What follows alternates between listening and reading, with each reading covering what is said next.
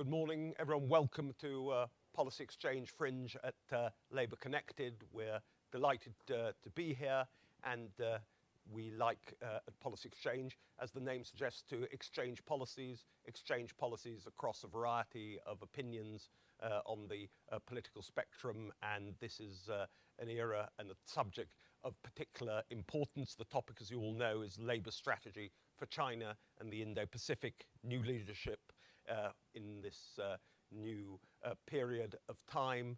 And it's a particular pleasure for Policy Exchange to do this because we've been a very important part of the debate on emerging British approaches and beyond British approaches to the Indo-Pacific. Our Indo-Pacific Commission, chaired by former Canadian Prime Minister Stephen Harper, is an exemplar of bipartisanship and working across those divides in many countries. We've had the closest connection for many years with the Commonwealth of Australia. Proud to have our outstanding chairman, Alexander Downer, who was longest serving foreign minister in the history of that country, as our chair of trustees. We're delighted to be able to welcome our outstanding range of speakers today. As you know, we have Stephen Kinnock, spokesman for Labour in the Shadow Foreign, Commonwealth and Development team, who has responsibility for the vast region of the Indo-Pacific, I think beyond that which actually where the present junior ministerial boundaries lie. Isabel Hilton, distinguished commentator on China and the CEO of the China Dialogue Trust, and Kevin Rudd, former Prime Minister of Australia, and now delighted to be able to welcome somebody from the Australian Labour Party. We've had a string of Australian Liberal Prime Ministers, so we want to hear everything that you have to say here today as part of this multinational dialogue across many continents. So thank you all for coming. Stephen, if you'd like to kick off as the official spokesman. Well, thank you so much, Dean, and thank you to Policy Exchange for organising this event and giving us a chance to exchange ideas. Labour is very much in listening mode. We're under new management. If you like, our slogan for this conference is a new leadership, and a critically important part of shaping the new agenda for Labour and new leadership is going to be our policy towards China. So we hugely value the advice and expertise of Isabel and Kevin, and I'm very honoured to be sharing a platform with them today. I'm going to focus really on, if you like, the bilateral relationship and where the United Kingdom needs to be in its strategy for China, and within that where the Labour Party should sit. And the nub of my argument is that we need a genuine reset in terms of our relations with China, and that reset needs to be based on a mixture, a healthy blend of respect, but also of realism. And I think if we start by going back to 2015, when David Cameron and George Osborne effectively rolled out the red carpet to President Xi and declared a new so-called golden era in Sino-British relations. They assumed that China would gradually align with democratic norms and fair trade, and that British exporters would benefit from access to the world's largest emerging market. This clearly has not happened, and the golden era strategy has been an unquestionable failure. On the economy, the benefits really have flowed only in one direction, and that's to Beijing. In a bid for cheaper goods and cheap investment capital, we've ended up racking up a £19 billion trade deficit and sleepwalked into a dangerous level of supply-side dependency. The UK has 229 product lines where we're strategically dependent on China, of which 57 relate to our critical infrastructure. The UK has also been wide open to takeovers, and China's vast sovereign wealth fund has stakes in a range of high-profile national assets, from Heathrow Airport to Thames Water and National Grid. Chinese foreign direct investment into the UK totaled £50.3 billion between 2000 and 2019, way ahead of Germany's £22.7 billion.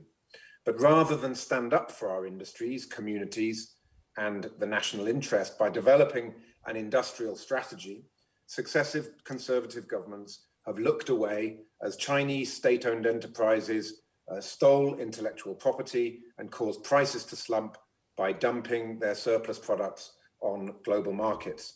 And in addition to that, in terms of the global investment strategies, we've seen the One Belt, One Road initiative, which has led to a kind of debt diplomacy whereby strings are attached and political support is expected in return for vast infrastructure loans. And that has had a major impact on global diplomacy, geopolitics, and a range of other issues which affect the UK's influence, ability to project influence in the world.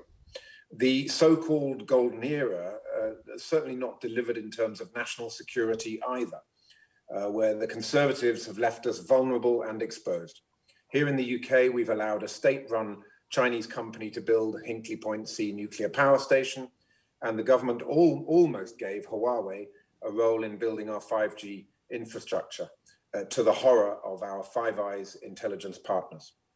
In the Asia and Pacific region, we're seeing an increasingly belligerent Beijing asserting itself in the South China Sea, squaring up to India in the Himalayas, and saber-rattling in Taiwan. Unsurprisingly, given the weakness of our country's position, our efforts to exert political influence on China have also failed. There are currently over 1 million Uyghur people held in camps. Beijing has crushed the freedoms of the people of Hong Kong, and there is also a growing sense of systemic rivalry as the Chinese Communist Party presents its brand of, I quote, responsive authoritarianism as a viable alternative to democracy.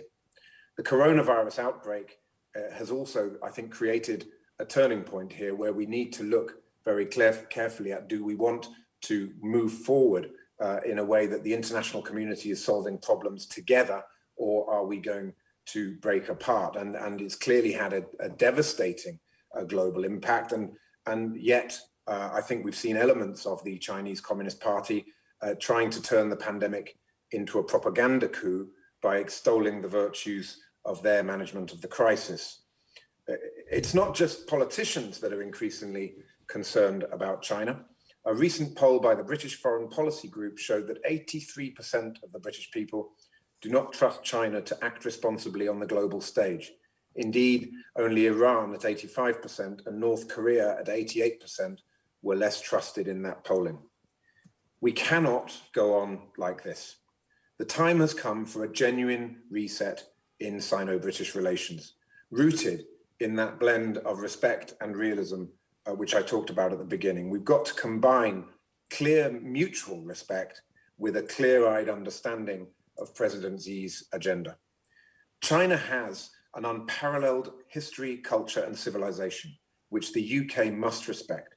In fact, we must spend more time learning Chinese and understanding Chinese culture by promoting cultural exchange through organizations like the British Council.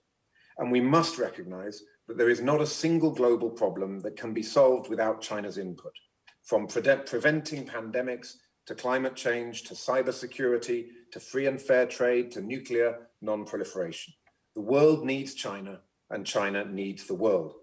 Governments will need to pull together post-pandemic, and constructive engagement with China has to be an integral part of the new world order that we hope will emerge from this crisis. But respect is a two-way street. And I'm going to quote Prime Minister Rudd here. The CCP respects strength, unity, and consistency, and it is contemptuous of weakness, division, and contradiction. Regrettably, the naivety and complacency of successive Conservative governments since 2010 has bred contempt rather than respect, and the consequence is megaphone diplomacy rather than constructive dialogue. It is therefore time for Britain and the Labour Party to formulate a hard-headed plan which places our values and interests at the heart of a reset in the Sino-British relationship. Resetting Sino-British relations so that they are driven by respect-based realism will require a radical shift in approach, both internationally and domestically. Internationally, we urgently need to rethink our role in the world and how we project our values and interests. The UK is currently seen as an alliance breaker because of the approach that the government has chosen to take on Brexit. But if we are to engage with China effectively, we cannot do so alone. We fervently hope there will be a change at the top of American politics in November. But the lesson of the last 4 years is that we must reduce our reliance on the US, which in turn means that we must seek to rebuild bridges with our European allies and to forge deeper alliances worldwide. We must prioritize closer engagement with the Asia-Pacific democracies, including Australia, India, Indonesia, Japan, New Zealand, to bolster regional cooperation, mutual support, and shared values in China's neighborhood. Whether Boris Johnson will be able to make the journey from alliance breaker to alliance maker is an open question, but let us hope that he can, because Britain alone is not a strategy, it's a recipe for disaster. An important part of this as well, I think, will be more effective use of the Magnitsky sanctions. We were surprised not to see Chinese Communist Party officials in that first wave that was announced by the UK government. And looking at what's happening in Xinjiang province and in Hong Kong, the UK government needs to review that list. Domestically, the UK government needs a full spectrum approach to reducing our strategic dependence on China across manufacturing, technology, and infrastructure. We must defend our national assets and strengthen local supply chains. We must be tougher on hostile foreign takeovers, noting the particular risk of distressed British companies being snapped up by Chinese state-owned players as we emerge from this crisis. This in turn will give us more leverage to speak out against the Chinese Communist Party when it's not acting in the interests of the international community. To do this, we should set up a whole of government approach to China, with a unit based in the Cabinet Office, chaired by a Cabinet Minister, with the authority to command the attention of teams across a range of Whitehall departments. Managing the rise of China is the greatest geopolitical challenge that we face. So let's put the relationship on a new footing that's based on a blend of mutual respect and clear-sighted realism. Thank you. Stephen, thanks so very much. Isabel, welcome for the first time on our platform. Look forward to hearing what you have to say. It's a huge pleasure to be here and to be in such distinguished company. I thought I'd just try to unpick a little why we're at the point we're at with China and what China is doing that is so problematic. Why is China such a problem? Well, it's very big. It's embedded in the global economy and supply chains, and it's a Leninist state, and that is a combination that we haven't had to deal with before. And it's a fact that's been borne in on us lately by Xi Jinping's policy of challenging global norms and practices in really quite profound ways. We have emerged from the illusion that engagement would change China, and now we're confronted with the degree to which we must decide how far we will allow China to change us and to change the way the world works. Xi Jinping appears to believe that the survival of the Communist Party's monopoly on power in China in a globalized world depends on changing the global rules to make the world look more like China. So he's torn up Deng Xiaoping's hide and bide strategy. He's militarized the South China Sea, launched the BRI, modernized the armed forces, expanded the Navy, and he set in train a program of domestic investment that includes things like indigenous innovation, Made in China 2025, and will shortly include China Standards 2035. All of these sound quite dull, but they are quite profound power plays in a policy of civil military fusion, and we need to understand them very clearly. And all of this adds up to a very important challenge to the world we've known since the end of the Second World War. Why did he do this? Well, it starts as an extension of what the party has chosen to do since 2012, to stay in power at home. And I should say that the party policy isn't fixed and immutable, that depending on which faction gains greater power in the party, there are perceptible shifts in their approach to maintaining power. That remains a constant, but the methods change. And global powers do tend to shape global rules to their benefit, or try to. So in that sense, China's no different. But the question for the UK and for a future Labour government and other Western democracies, as I say, is how far we can live with this effort for China to be the new normative power, to rewrite the rules, and where we can't live with it, what we can do about it. And I think the question obviously is further complicated by the behavior of the current US administration, which has developed a hostile attitude to China without developing a convincing policy to support it. In fact, the US administration's alienation of its traditional allies in the region and beyond, its withdrawal from key treaties and multilateral bodies, TPP, the Iran nuclear deal, Paris, the WHO, all of this has created enormous opportunities for China, which in some cases China has been able to exploit, and in other cases has misjudged very badly indeed.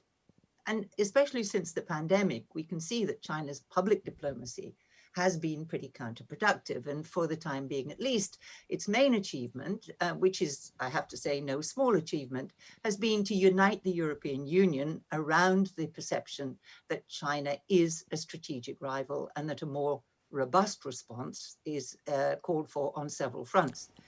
So the EU is in a strong position as China's biggest trade partner, despite internal divisions and debate. And China has been cultivating the European Union, hoping that it will act as a sort of counterweight to US hostility. The UK, of course, is no longer part of that. So where does that leave the UK? Well, I think the first thing is to look at what the UK's interests are. Clearly, the UK is a diminished power and has left this major alliance. It runs, as Stephen has said, a heavy trade deficit with China. And the UK's strong points, financial services, for example, are really not likely to gain significant market access. Chinese investment in the UK, as Stephen has also said, in terms of headline numbers is high, but it's problematic on two fronts, it seems to me. The merger and acquisitions are potentially problematic, depending on the sector, but there's a growing unease over China's acquisition of companies with valuable IP, especially in advanced technologies. And the second problem is that unlike the Japanese investment in the UK in the 70s in the car industry, which was transformative because it bought better management, it created jobs, Chinese investment is not creating new jobs or industries. And several studies have pointed out that capital is, after all, cheap, and Chinese capital is not bringing benefits. After the government U-turn on Huawei and 5G, the next big ticket item is the nuclear industry. And China, as we've heard, is very keen to build and operate nuclear plants in this country, as promised by George Osborne and David Cameron. But I rather doubt that any successive government will continue to regard this as an entirely good idea. For the UK to change its mind, as we've seen on Huawei, would certainly displease Beijing. So the omens are not great.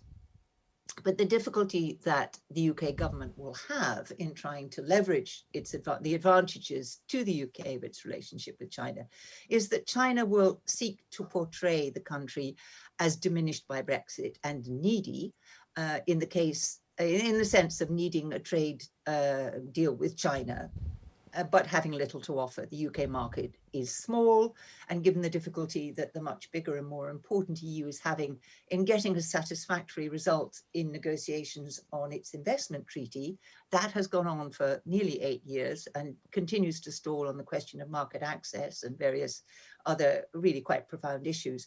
I see little reason to suppose that the UK would really fare any better. So a Labour government would have to decide how important a China trade deal was to the UK. It would certainly benefit China, given the trade balance.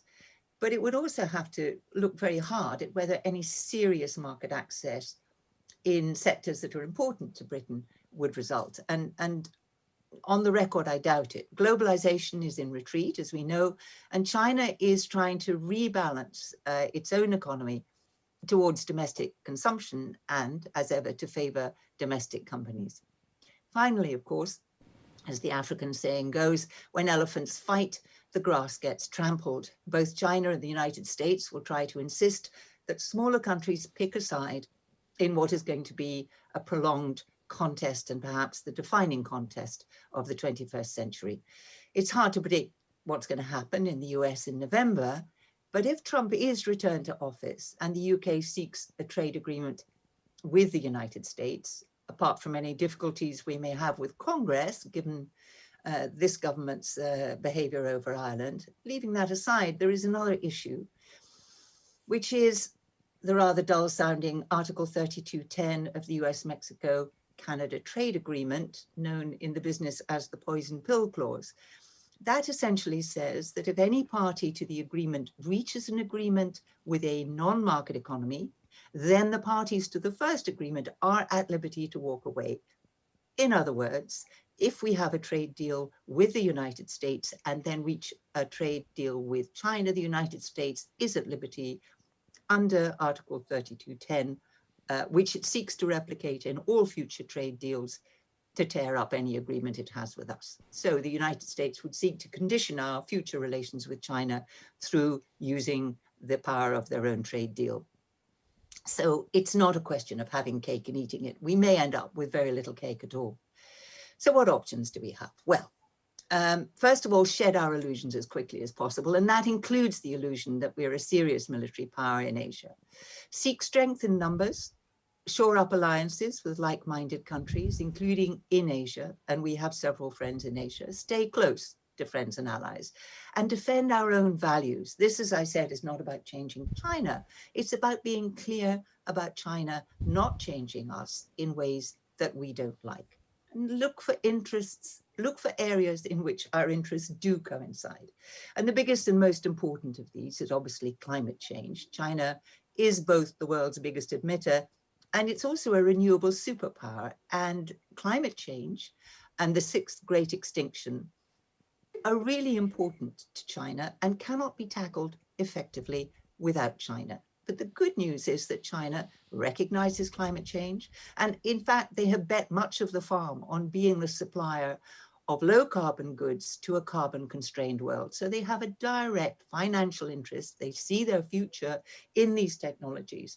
They have a direct interest in the success of the Paris Agreement.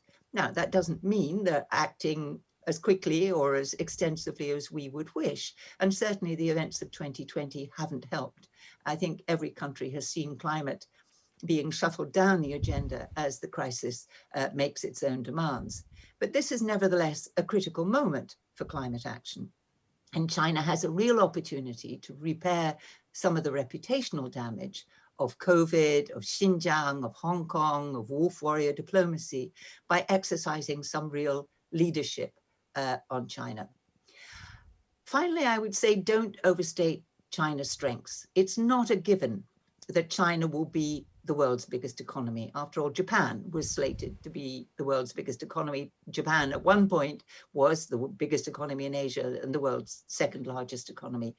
China is entering a very tricky phase of aging population, an exhausted economic model, struggling to transform that model into future prosperity. And it's not easy.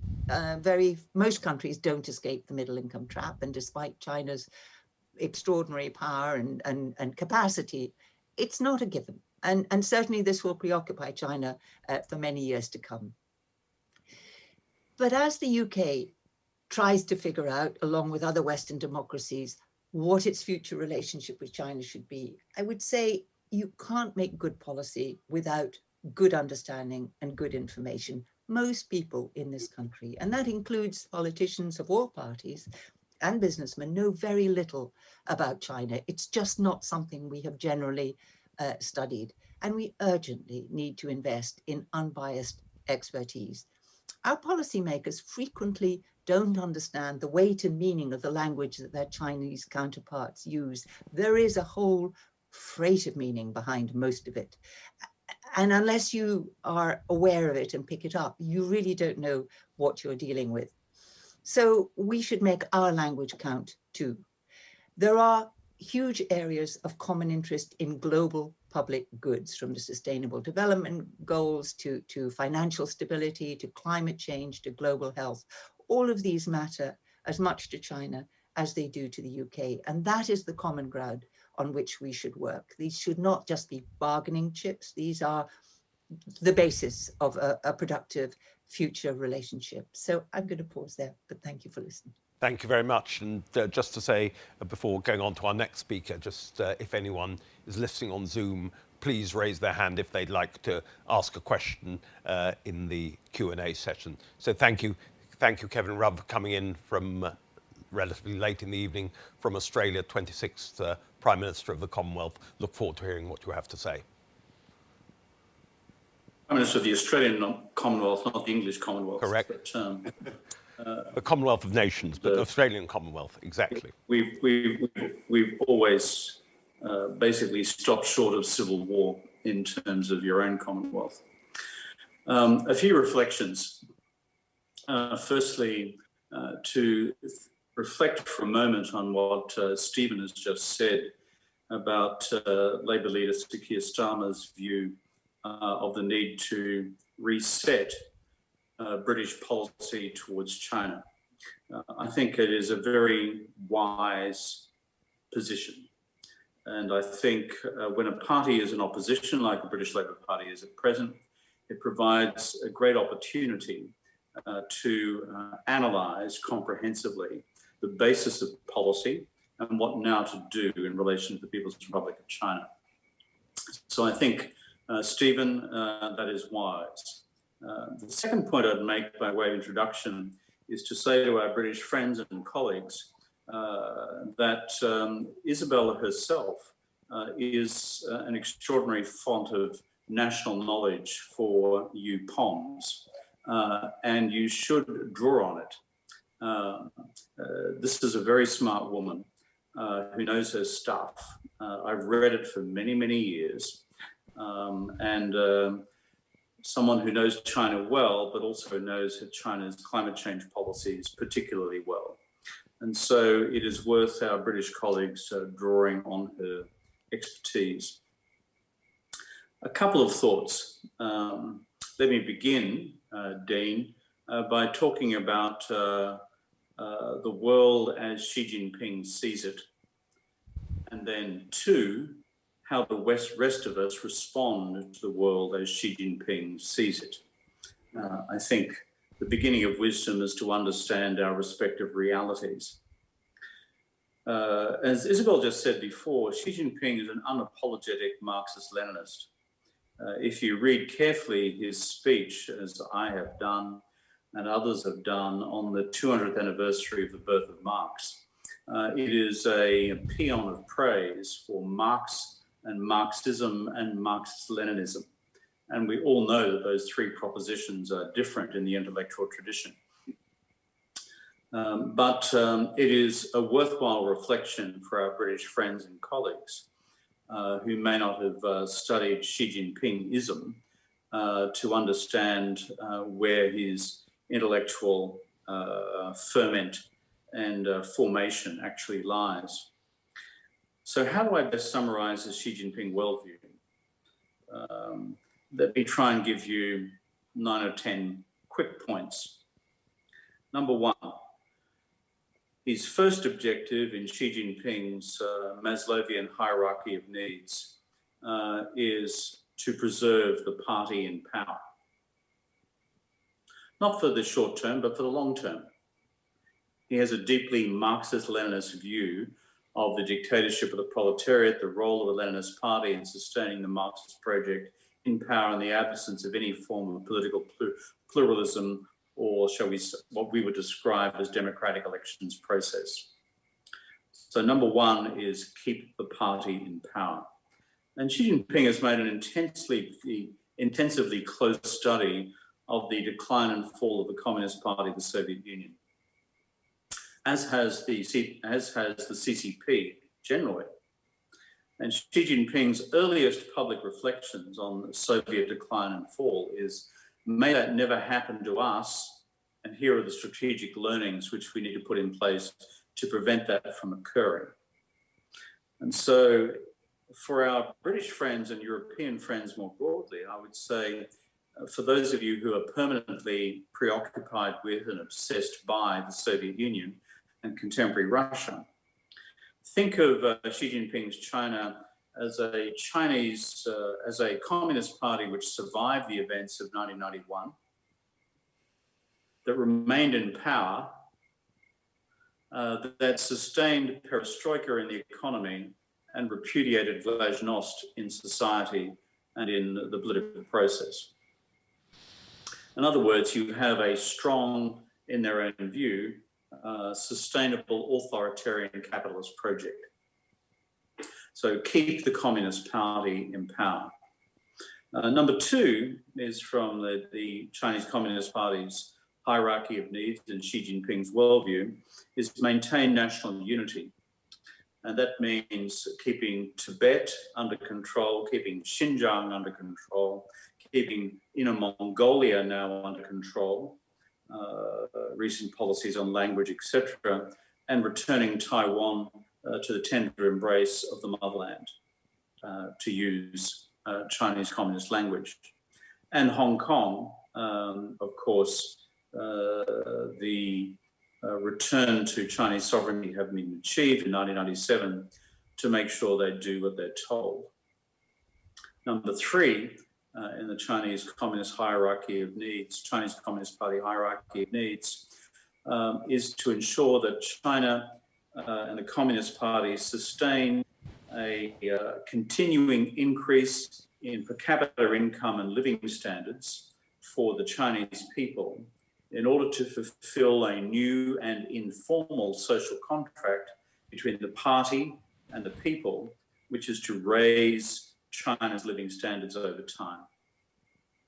Of course, that did not work through until 1978, by and large, particularly through a cocktail of the Great Leap Forward and the Cultural Revolution, but has been both the spoken and the unspoken vehicle for continued political legitimacy for the Chinese Communist Party to raise people's living standards.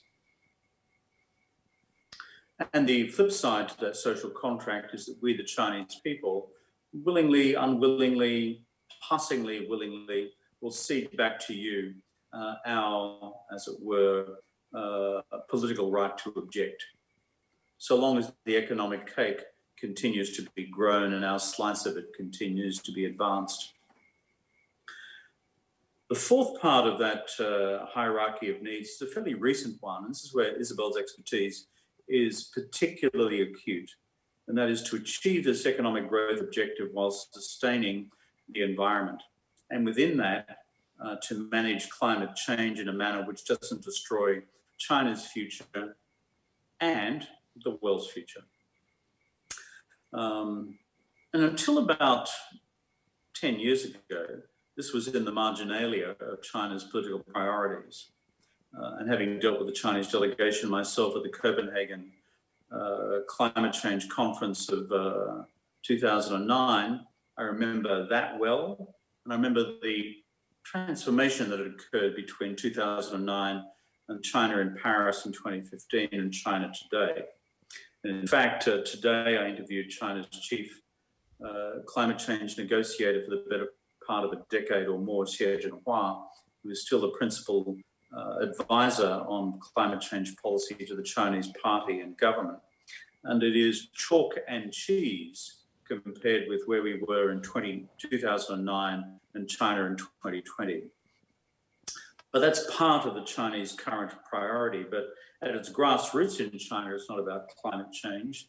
The political and scientific elites of the country grasp that.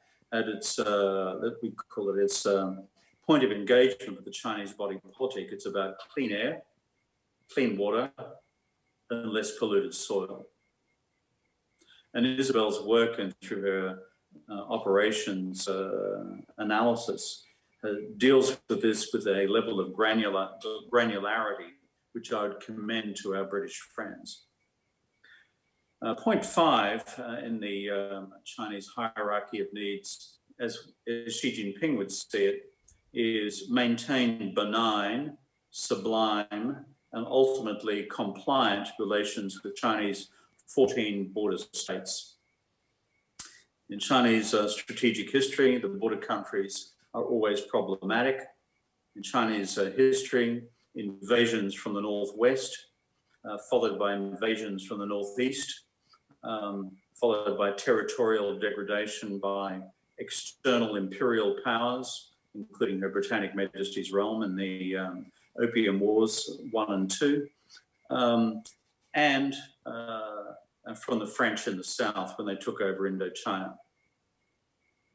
But the bottom line is this: because China has a deeply embedded strategic logic, which is in partnership with its Marxist-Leninist logic, it sees, therefore, the creating an effective cordon sanitaire with its 14 land borders as of primary strategic importance. Number 6, China also seeks to maintain a maritime periphery which is benign to its strategic interests. That is not only conducive to the return of Taiwan over time, but more broadly, to push the United States back, not only to accommodate the Taiwanese objective, but more broadly, China's strategic and national sense of well-being. And that is, the strategic objective is ultimately to cause what we call in this hemisphere the second island chain, extending from Japan in the north through Okinawa, through Guam in the northwestern Pacific, through to the Philippines archipelago and through to Papua New Guinea, as effectively being a maritime cordon sanitaire for our Chinese friends, within which falls the South China Sea. And the South China Sea at that point falls in this dual space of being both a reflection of that particular national objective, as well as China's earlier insistence under point 2 above of dealing with its own long-term, as it were, national consolidation in terms of its historical claims to the maritime territories in the South China Sea and the terrestrial outposts as well, including those which it has created from the ground up through island reclamation. So to push the United States back, and ultimately, as a consequence of that, to fragment American alliances with both Japan, South Korea, and if they could ever pull it off, with the People's Republic of Australia, as they would see it. Number 6 or 7 in this hierarchy of needs is not just China's maritime periphery to the east, but China's territorial periphery to the west, is to understand how China views the Eurasian landmass and how China views historically and strategically in current terms, mindful of its history of problematic with the Russians over 400 years, Central Asia as well, but more broadly, the rest of the West, including on the way through the Caucasus and the Middle East. How to turn this into a zone of long-term economic opportunity, foreign policy consolidation, and strategic community with Beijing. And I think, therefore, the Belt and Road Initiative needs to be seen in part within that strategic paradigm to turn this, which is historically a Russian province in terms of Eurasia, into something different. And this is the fundamental origins of an underlying deep concern strategically, apart from the Sino-Soviet, Sino-Russian border between Russian interests and Chinese interests. Then if I move to 7 or 8, it is what does China then do in terms of its wider interests with Africa and with Latin America and the rest of Asia.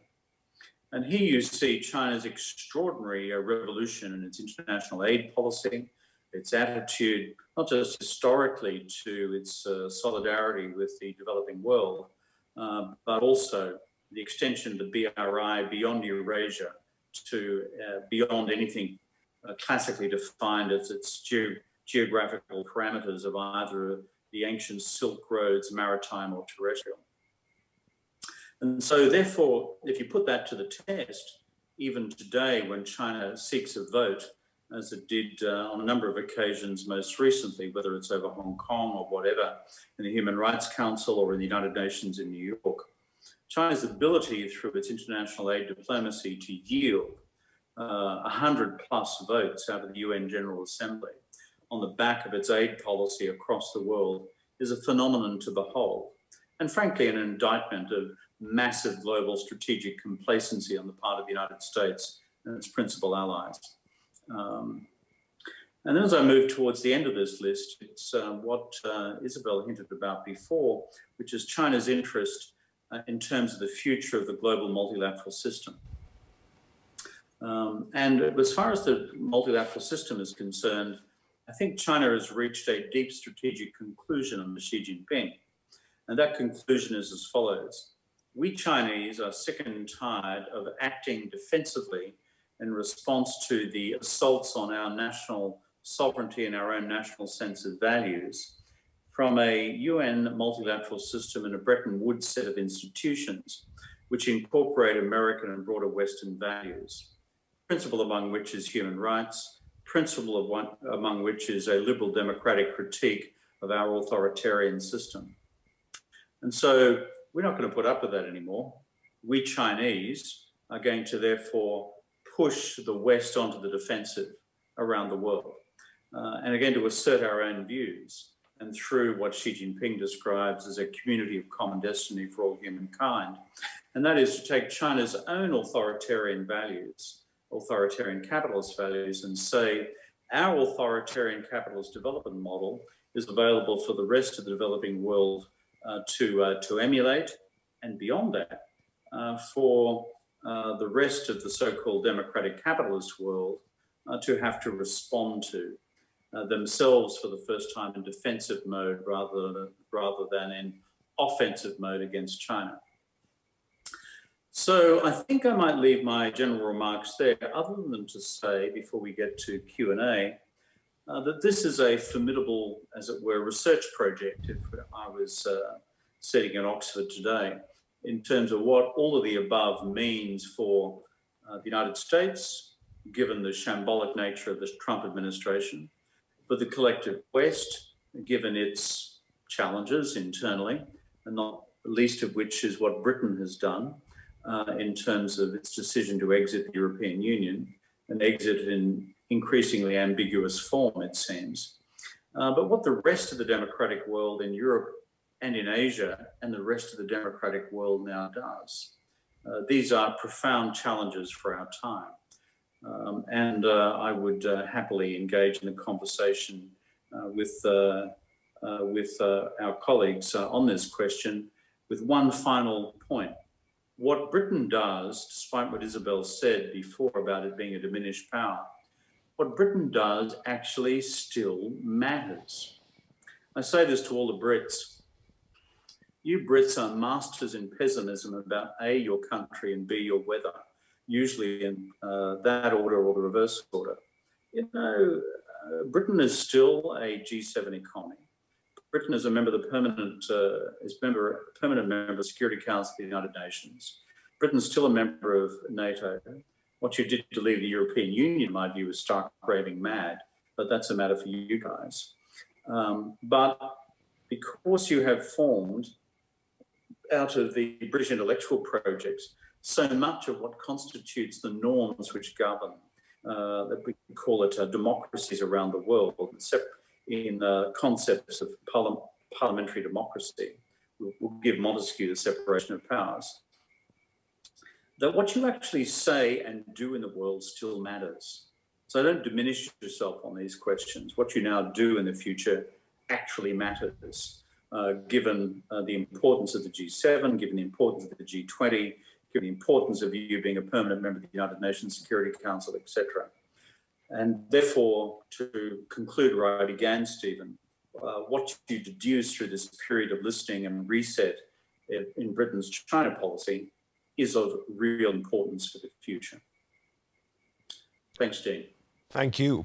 And thank you. And just to pick up on that last point with the work we're doing with our own Indo-Pacific Commission, which I mentioned earlier, is chaired by Stephen Harper and a great many others from a great many places and different viewpoints, is that we're finding tremendous interest in what Britain thinks, what Britain can and should do in the future. Indeed, also just to go beyond and perhaps to be the dissenter as chair on this panel, is that there's also greater interest in the new freedoms that Britain might require to do more imaginative things post-2016. But that's a longer and bigger debate, which I know there'll be a great many views on this panel. We've got a number of people want to come in and ask, excuse me, ask questions.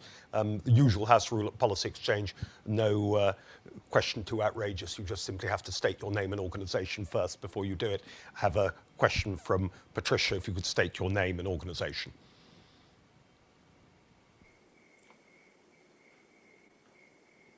Dame Patricia Hodgson, and I'm engaged with our AI Council, cybersecurity, and so on.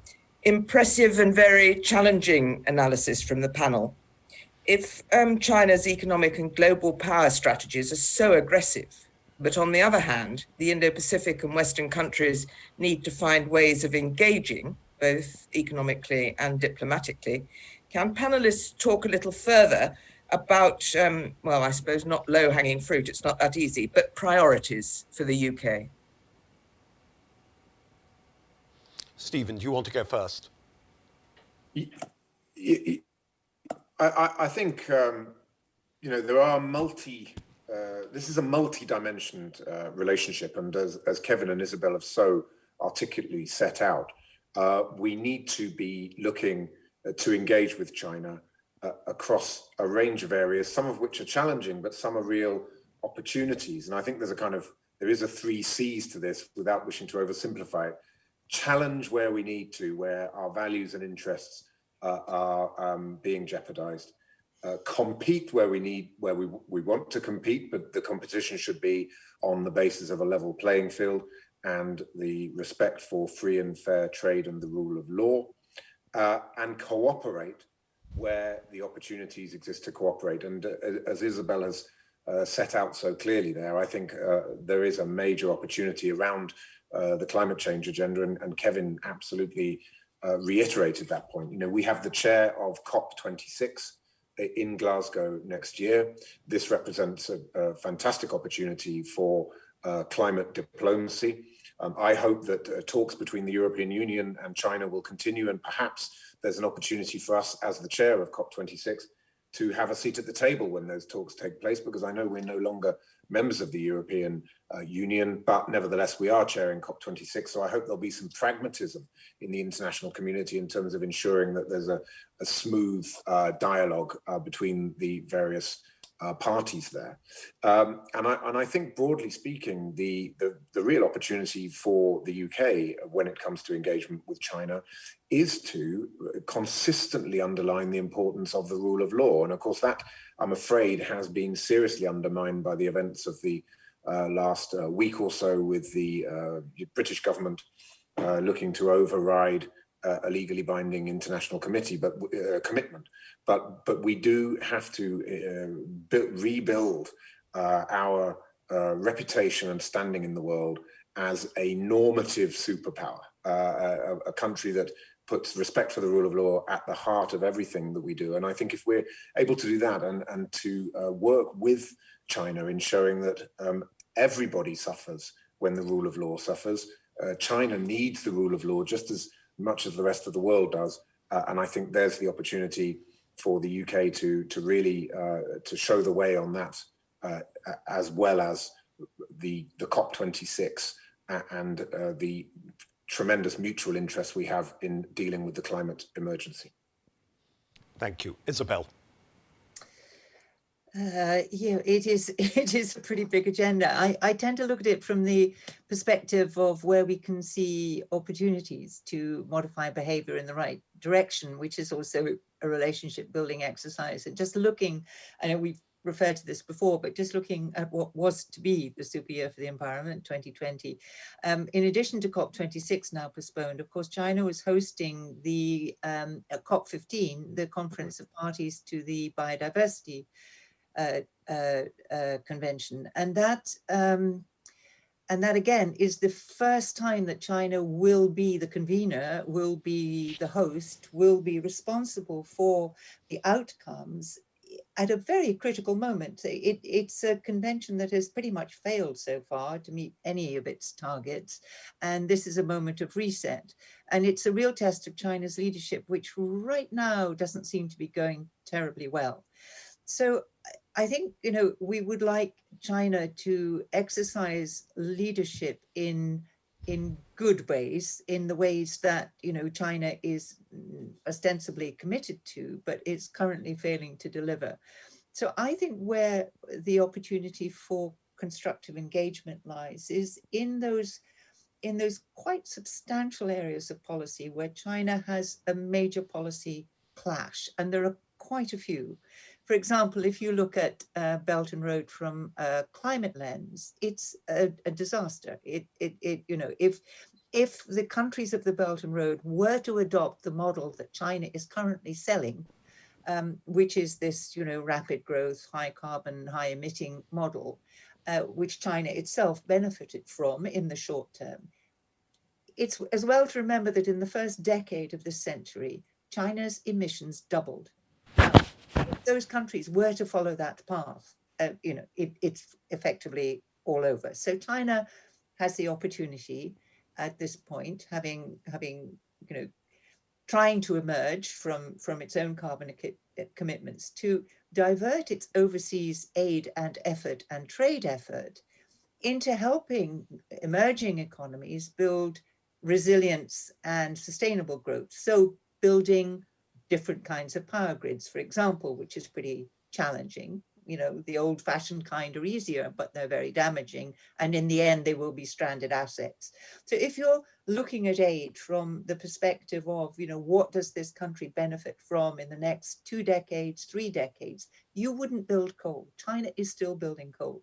You would instead build, you know, a grid for the 21st century. So I think that persuading China that its best interests lie in exercising the benign aspects of its capacity rather than dumping the out-of-date, high-carbon aspects on emerging economies and effectively lumbering them with an insoluble problem.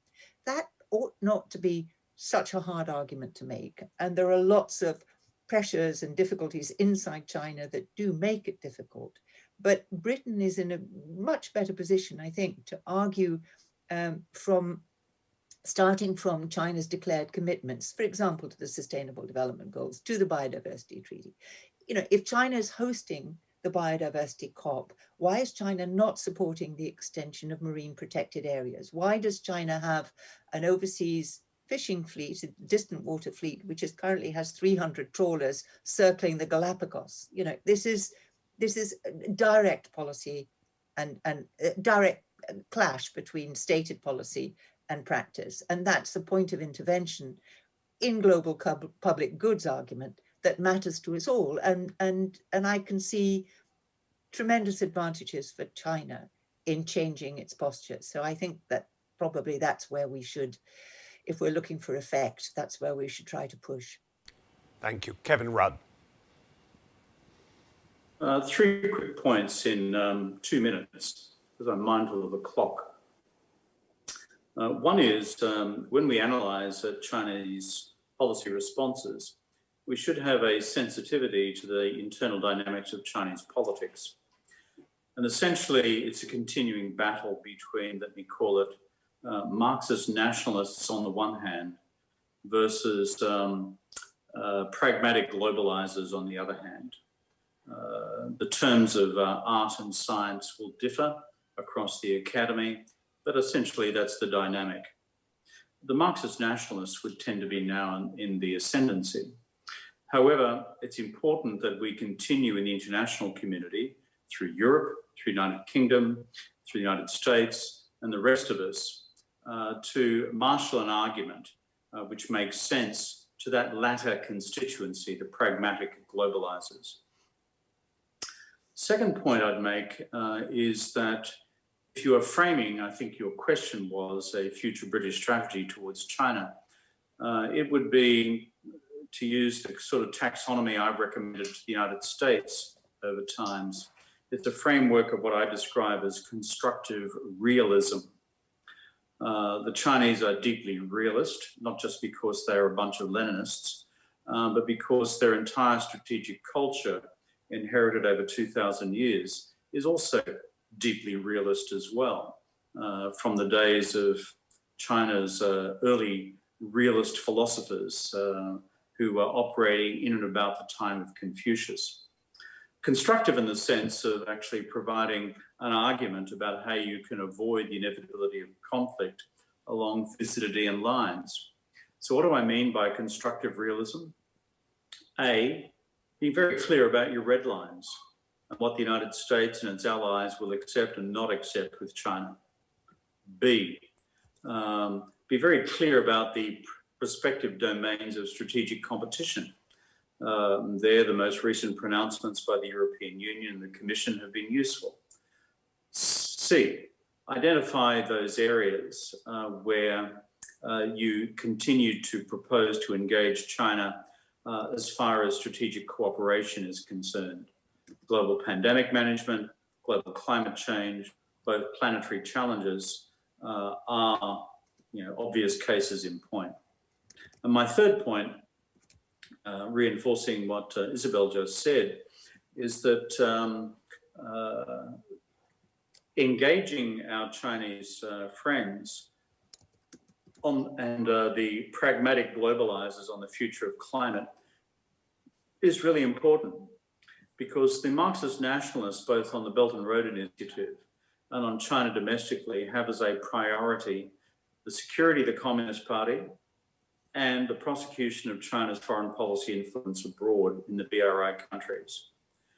The pragmatic globalists will be saying, this doesn't necessarily make a whole lot of sense for us. We're earning a whole lot of enemies around the world in terms of producing a carbon-centric global vision for the Belt and Road Initiative countries, quite apart from indebtedness and other associated liabilities. But beyond that as well, we in China, because we are the world's largest economy, have a responsibility to act in bringing down our global emissions as the world's largest emitter of greenhouse gas emissions. It's now in our immediate national interest to do so, because our time, in their view, has come in the 21st century. And why do we therefore risk a global future which is extinguished because the planet is no longer sustainable? And so therefore, in casting the arguments into the Chinese domestic body politic along those lines, I would exhort the British chairman of the Conference of the Parties for the Glasgow Conference to understand that China is a core dynamic in this equation, that there's a big debate in China about the future of the carbon nature of the Belt and Road Initiative. There is a significant debate too about the carbon intensity or lack thereof, about China's green economic recovery from the COVID-induced global recession and China's own struggles with growth recovery. And therefore, what we do as a collective voice in the councils of the world actually matters. So therefore, the British chairman of the COP in Glasgow actually matters in framing this debate along these terms, because I think China, properly, as it were, managed in this debate, can become a constructive voice and contribution for the planet. Not easy, degree of difficulty, 8.5 on the Olympic diving scale, but doable.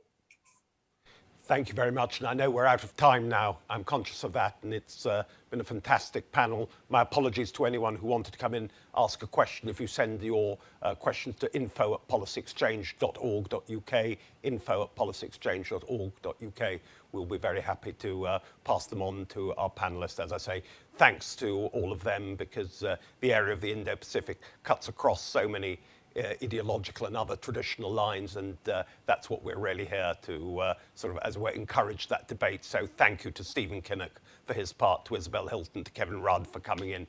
We look forward to doing much more in this space, and thank you for kicking it off. Over and out. Thank you. Thank you very much. Thanks.